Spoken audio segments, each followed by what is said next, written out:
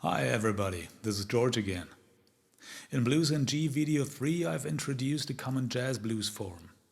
Let me give you an example of the same shape starting with G in the 10th fret. In measure 6 I will also introduce the C sharp diminished, which I think sounds pretty cool as well.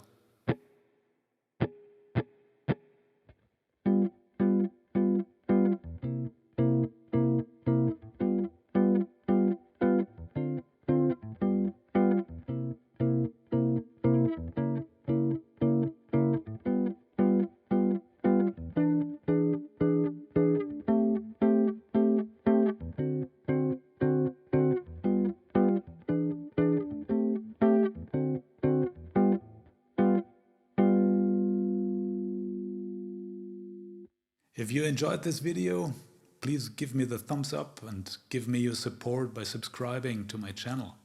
That would be great. See you soon.